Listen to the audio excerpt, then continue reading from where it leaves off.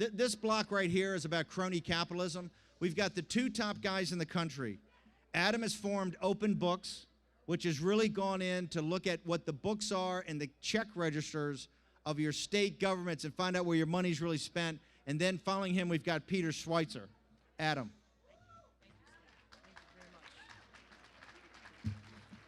Well, thank you so much, Steve, for that kind introduction. I just want to briefly share with you why I'm so excited to be with you here this afternoon.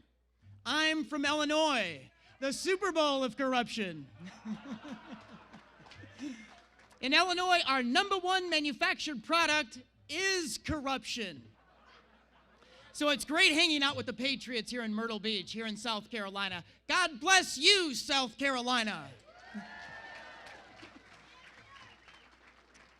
Before I get started, I just want to make mention of our national holiday. You and I, we need inspiration in this movement. And there's a southern model for this weekend across the entire country. We celebrate the achievements of Dr. Martin Luther King Jr. He was one pastor that stood up against the entire political establishment of the country. He was one pastor. When he stood up, 1 million people stood up with him. And together they ushered in a new era of civil rights in this nation. Join with me as we recognize Dr. Martin Luther King Jr. for his moral courage, for his sacrifice, for his faith. He gave his life for the cause. My name is Adam Andrzejewski, and I founded the nation's leading transparency portal called OpenTheBooks.com. And it is our mission at Open the Books to post every dime that's taxed and spent from every level of government at the federal, state, and the local levels online so you can review it all, so you can give it scrutiny. We knew the politicians would go crazy if somebody posted online. Every nickel and dollar that they've been wasting. And so that's what we're doing. We've built the world's largest private repository of government spending. It's 2.5 billion individual government spending transactions.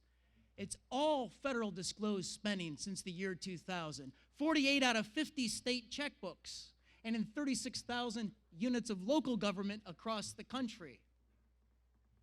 And here's a simple analogy of our work. You remember the Human Genome Project, which ushered in a new era of medical progress. Our Genome Project is for government spending, and after we capture the spending and post the spending, the opportunities for oversight are endless. Here's why transparency is so important. Right now, we're in an election cycle. And everybody, the people, the politicians, the pundits, everybody is asking the question, what on God's green earth is going on around here? And it's a great question because government is tone deaf right now. And if they had solutions, they seemingly cannot solve anything. And the political elites, they are still wishing for Bush versus Clinton in the presidential race. And they are wondering why their ideas aren't resonating with the people. Why? Because of transparency. There is a crisis in accountability here in the country. The people are figuring it out, that government at all levels is simply a transfer mechanism from your tax dollar into the special interests.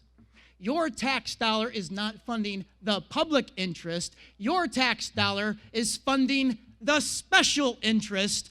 And at OpenTheBooks.com, we can prove it.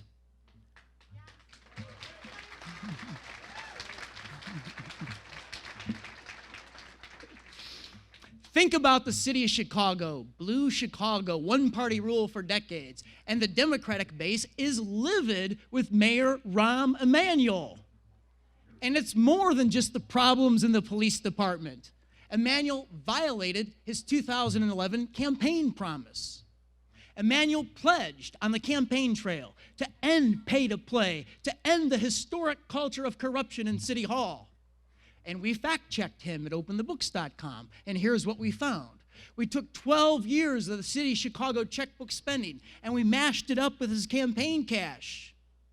And we found 600 city vendors gave Rahm Emanuel $7 million of campaign funds, and they reaped $2 billion worth of city payments. The Democratic base in Chicago is rightfully angry with Rahm Emanuel. All across the country, whether you're a supporter of Bernie or Ted or the Donald, everybody has good reason to be angry. And they know only a small portion of what's going on. Imagine how angry everyone would be if they knew everything that was going on. And that's our goal.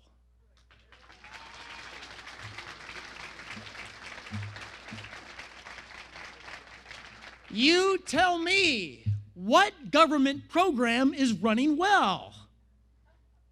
We did oversight of federal farm subsidies flowing into urban areas where there are no farms.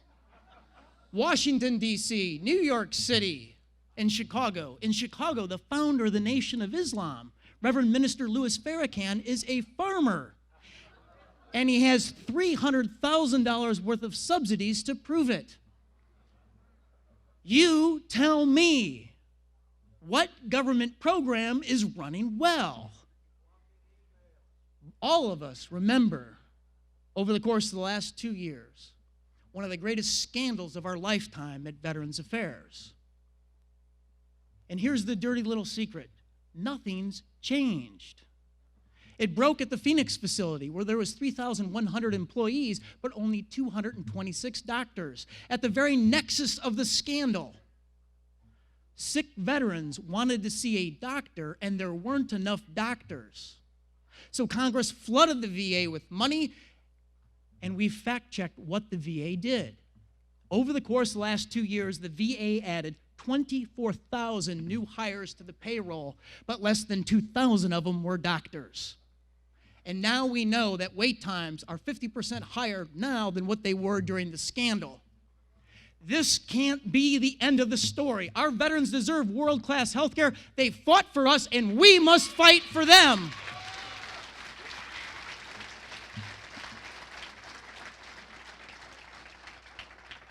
What government program is running well? Well, nobody ever investigated the Small Business Administration. That was like apple pie, Americana, and baseball. They were funding, supposedly, mom and pop businesses on Main Street. Businesses that had great ideas but could not find funding in the private marketplace. So we fact-checked them, and here's what we found. We found $200 million flowed into private country clubs, golf clubs, beach clubs, swim clubs, and tennis clubs across America. We found $9.2 billion flowed from the SBA into some of our most wealthy investment managers and investment pools across the country. We found $142 million flowed into zip code 90210, that's Beverly Hills, California. And it was their Bentley auto dealer and their diamond broker and their limousine company that shuttles the stars and starlets in Hollywood and their plastic surgery clinic. Millions of dollars from the SBA. Now, many of you that live here in Myrtle Beach saw my editorial that was published in the Myrtle Beach Sun this week, where we opened the books on the SBA flow of funds into Myrtle Beach. And here's what we found. We found that the Mellow Mushroom Pizza place, great pizza, and you and I funded it for nearly $1 million. The Cypress Campground, $3.7 million. My favorite is the Hollywood Wax Museum here in Myrtle Beach, $1.8 million. The big hotel at the boardwalk, the Acadia at Driftwood, $4.7 million. In Myrtle Beach, you can't buy a case of beer without the liquor store being funded for $200,000. In total, the SBA, over the course of the last 10 years, has given the businesses in Myrtle Beach, 193 specially picked businesses, nearly $100 million of lending, and 56 of them went belly up, and they stuck $10 million worth of loans on taxpayers. Now, all of you need the tools to be able to see all of this for yourself. My editorial at the Myrtle Beach newspaper was prepared using our mobile app, and I am proud to say that at Open the Books, we're the only organization that takes the entire federal checkbook since the year 2000, all contracts, all loans, grants, direct payments, and even federal salaries, and pushes it to the palm of your hand. Now you have the tools to investigate your government and hold your government accountable for tax and spend decisions.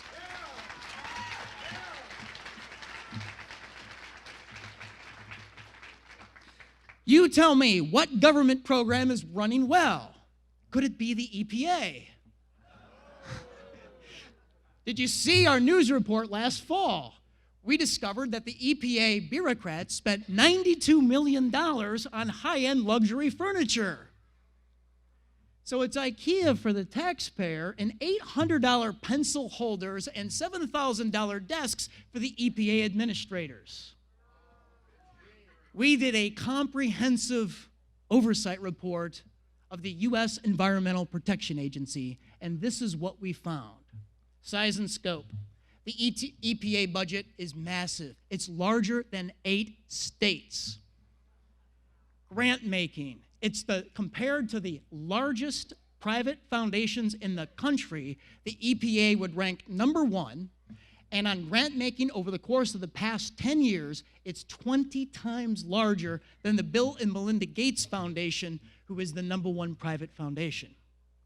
Lawyers. The EPA loves lawyers.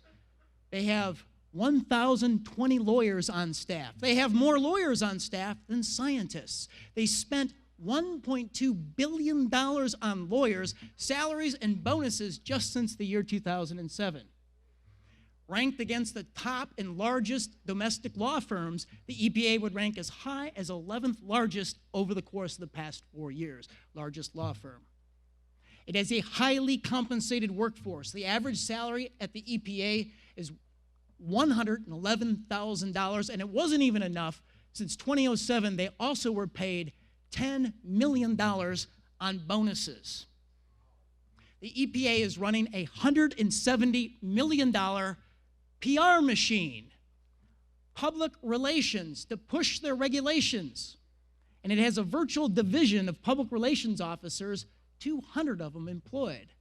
But it wasn't even enough. They went outside their own staff and spent tens of millions of dollars with outside contractors.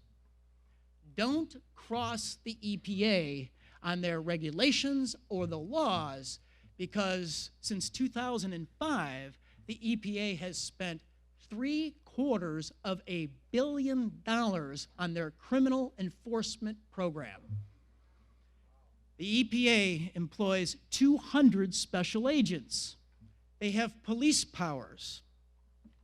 And the EPA has armed them with millions of dollars worth of guns, ammunition, and military-style equipment. And I just want to read you examples from the EPA checkbook that we display at openthebooks.com.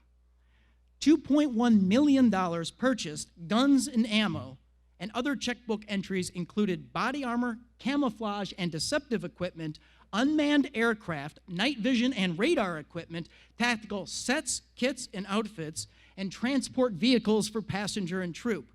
The EPA also purchased shotgun ammunition, Bushmaster rifles, mobile GPS units, puncture protective gloves, and spent another $6.6 million on joint policing efforts with Homeland Security.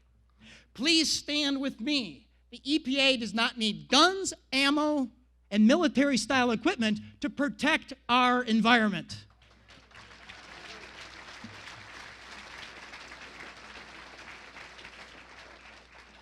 On inspiration from the EPA, at openthebooks.com, we have decided to do an oversight report on all federal agencies outside the Department of Defense on the spending on guns, ammunition, and military-style equipment.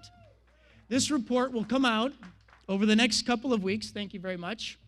And I just want to give you the top line on what we found so far. 14 federal agencies and 61 14 federal departments and 61 federal agencies have purchased millions of dollars worth of guns, ammunition, and military-style equipment.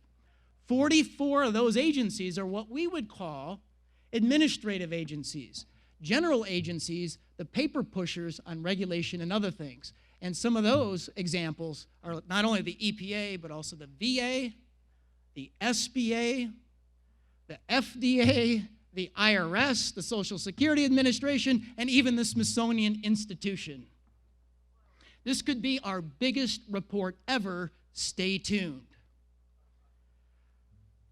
So what program that the government has is running well? You tell me. I found one that is running exactly like it's intended. In December, we quantified the federal spending across all the agencies into public relations. They are spending your tax dollars to convince you to give them more tax dollars. It was $4.4 billion since 2007 of our tax money spent on propaganda campaigns, PR. The federal government employs 3,100 public affairs officers, and they shoveled off $2 billion to some of the largest advertising agencies in the country. And we opened those federal contracts, and here's what we found. We found that these advertising agencies are billing the federal government for $88 an hour for their interns, $275 an hour for a rank-and-file graphic designer. They're billing their executives for $525 an hour, and that's $1.1 million per year. So how do you fight a federal government that has 3,100 public affairs officers? How do you fight the propaganda machine of the top advertising agencies in the world? And it takes us back to how I started this speech. We need inspiration from heroes like Dr. King. We need information that is open. We need information. Knowledge is power. And we need to start fighting on hard facts. We cannot any longer vent blindly. We need to see all the details. And this has been instilled in me very deeply. Thank you. This has been instilled in me very deeply by the honorary chairman of OpenTheBooks.com. And his name is the former U.S. Senator, Dr. Tom Coburn. He's a real hero. And Coburn liked to do one thing more than be a U.S. Senator. He liked to practice medicine, and he delivered 3,000 babies in his small town in Oklahoma. And Coburn would tell the following story. He said, most of the deliveries went very smoothly, but you knew you were in trouble when a healthy baby's heartbeat would go at about 150 to 160 beats a minute. But when it fell to 50 and 60 beats a minute, that's when you knew you had to make a decision. The doctor has to make a decision and has 3 minutes to take action. You either go for the forceps or do a C-section to save the life of the mother and to save the life of the baby. And Dr. Coburn said, America, right now, this is our 3-minute moment. You and I, we have to make a decision and we have to take action.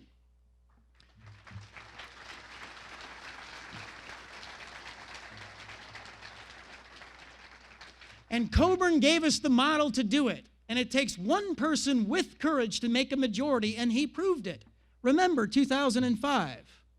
As a freshman United States Senator, Coburn stood in the well of the Senate with an amendment to stop an earmark, $400 million on a bridge to an island in Alaska that served 100 people.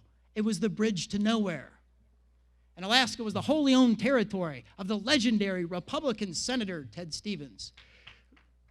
And Stevens wasn't happy. That night in the Senate, he barreled down the aisle, red-faced, fist clenched, and he screamed at Coburn, Coburn, you are a bad Republican. Get your amendment off the floor. But Coburn stood strong, and he brought it to a vote, and he knew he was going to lose that vote, and he did. Only 18 senators stood with him, and only 11 Republicans stood with him. Coburn knew that he would be retaliated against, and he was. The Republicans stripped him of his ability to practice medicine and deliver babies while in the Senate. But Coburn knew that he had created the debate. He knew he had won that night. Because once the American people woke up in the morning and discovered how their taxes were being used, they rose up with him and with a lot of other good people. That bridge to nowhere was stopped. And eventually, earmarks as we know it was stopped also.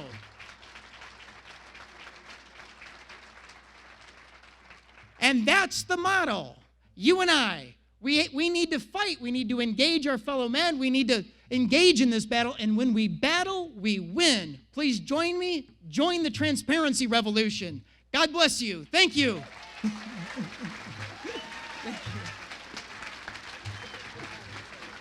What's that? I want to give them the website one more time. Oh, okay. Super. Outstanding. Thank you. Thank you very much. Thank you. I haven't found any federal agency running well, by the way. Steve wants me to repeat the website. It's openthebooks.com, and our mobile app is free for Apple and Android. It's called Open the Books. Thank you. God bless you.